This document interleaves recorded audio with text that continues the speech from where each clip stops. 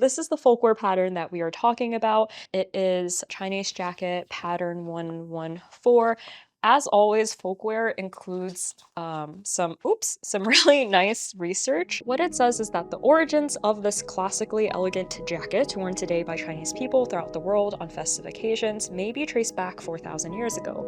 Lavishly decorated lined robes of silk, satin, or gauze were worn by the wealthy over matching skirts or trousers. This jacket was adopted at all levels of Chinese society, often in indigo-dyed cotton for everyday wear.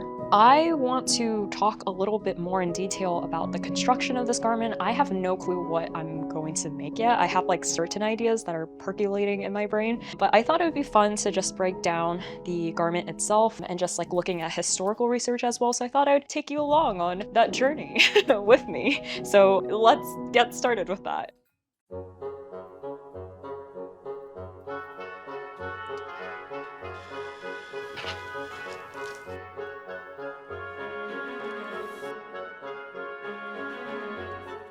So I'm going to the fabric store in about 30 minutes. It's a thrift secondhand fabric store, so obviously the options are going to be a little bit more limited, but I'm trying to do this thing where I first hit up that store before I buy anything online. So I also have some Etsy options that I can choose from. They kind of take a while to ship. That's probably going to put a pause on this project for a little bit as they ship, but hopefully I can find something today. I did find this really, I don't know if you can see it, this really gorgeous linen, 2.5 yards of it. So it's like the perfect amount. It's so pretty, and it was only 15 bucks total. And so I think this might be it, but also I really want to try to make this out of like a plain linen fabric, you know what I mean? So we'll see. And preferably I would like to not wait for Etsy, although if I have to, then I have to, but then I would probably end up finishing this project by like June. Anyways, so excited about this nice linen, even if I don't use it for this current project. I think this would look really beautiful for some other project to do, so. I don't know how long it's been since I've worked on my Chinese jacket project, but the fabric finally came and she is looking stunning. It's just so nice. It's a cotton gauze material and it's very lightweight, but this is exactly the type of feel and drape that I wanted. And then also look, they sent me a little swatch palette and I just love color names. Like, I love it when they name things like eggplant or like toast, and this one's blue spa, which is just amazing. What's next on the agenda is to get this washed, and I'm going to start cutting this out in the pattern.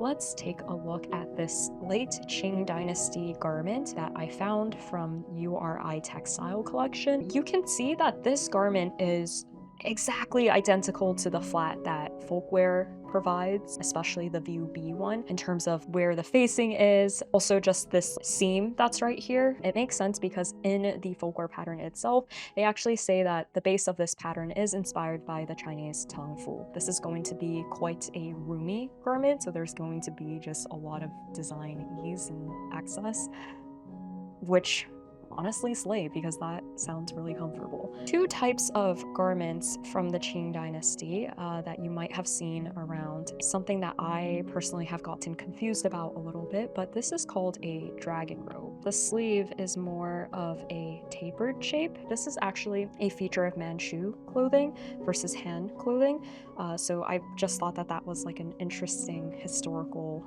design element. Another very important feature of Chinese clothing is the symbolism that is embroidered or woven into the fabric. This pattern actually includes two roundel designs that I believe are taken from actual historical garments. I think one of my favorite things about Chinese clothing is the fact that all of the symbols are meant to communicate something to the universe and tell a story. As I am editing, I am still playing around with the roundel. I painted it using color pencils and then used the jacquard colorless extender on both sides to seal it. Obviously, it's not going to be as pigmented as using actual fabric paint, but I personally cannot be trusted with a paintbrush. I have this thread that I got off Etsy like 3 years ago for a goldware project that I never really started, and I couched it all along the flower edge using this very thin silk thread. I'll probably also do the Chinese knot and satin stitch certain areas of the roundel with its corresponding color, which is what the Folkwear pattern recommends. One of the main reasons I wanted to do a plain color fabric is that I was so certain that I wanted the roundel on the final garment design, but as you'll see later, the design just sort of developed organically, and I felt like the roundel didn't make the cut. But I will make a short form video for it in the future if I do decide to applique or directly embroider it onto the garment I make. I just think it's so beautiful, and if not, you will probably see it as decor. Double cotton gauze? Holy moly, like I have been sleeping on this material because it is just so soft. This would just go like smack in the middle right there. I don't know, I might shorten it, maybe. We'll see. We'll see if I shorten it a little bit more. Okay, I know she's looking a little crazy, but we're going to trust the process. I wanted to explore all the ideas I had for this garment, which meant ruffles, mismatched tie colors, and of course, panko. It is way too hard to make panko from these. Did paste my fabric, and I also pasted a blue one. There's only this little tiny scrap left, so you know I tried. Every single time I tried to turn it inside out, the seams would snap and whatnot. It's really tough with this kind of material to get it to turn inside out. Pasting it makes it a lot easier. Without pasting it, oh my god, I tried. Not for the faint of heart. I am going to start collecting these little guys because this just makes turning your bias tubes inside out so much easier, and I'm going to be like now on the hunt for smaller sized ones because this one is a little bit on the chunkier side. The YouTube video that I watched, it was made 4 years ago. I don't know how I've never seen that video before, but first time seeing it, it popped up on my For You page and I was like, oh, interesting. Like the universe knows that I'm in dire need of a tutorial right now, and it just blessed me with a tutorial. I feel at a pretty good place with this Chinese jacket, and I'm ready to start stitching things, so cue the stitching montage.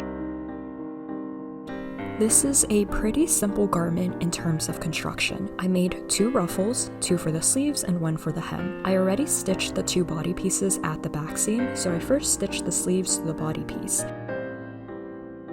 I then folded it in half and then stitched it from the sleeve all the way down to the garment hem.